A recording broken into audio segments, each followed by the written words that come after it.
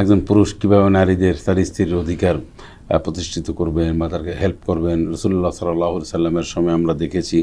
তো এগুলি তো আমরা ইমামরা শুধু কি কবর আযাবের ওয়াজ করবেন, মাটির নিচের ওয়াজ করবেন, না সামগ্রিকভাবে তারা?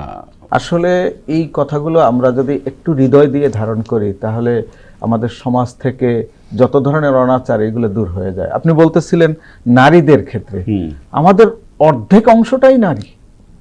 আমার এই দেশ গঠনে, জাতি গঠনে নারীর ভূমিকাকে আমি কোনো ক্ষেত্রে ছোট করে দেখার মতো কোনো সুযোগ নাই।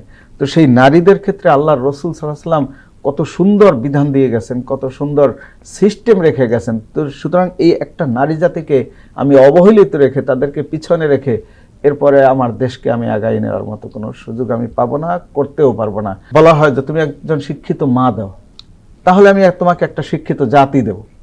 তাহলে এটা যেহেতু বলা হয়, তো সেই শিক্ষিত মাটা যদি ইসলামের আদলে শিক্ষিত হয়, আল্লাহর রসুলের কোরআন হাদিস, রসুলের সুন্নাহ ভিত্তিক যদি তার মধ্যে আদর্শ তৈরি হয়, তিনি তার পরিবার কিভাবে চালাবেন, তার স্বামীর সাথে কি আচরণ করবেন, তার অন্যান্য পরিবারের সকলের সাথে কি আচরণ করবেন, এটা উনি শিখতে পারবে। সাথে সাথে ওনার সন্তানদেরকে উনি এটা শিক্ষা দিতে পারবে।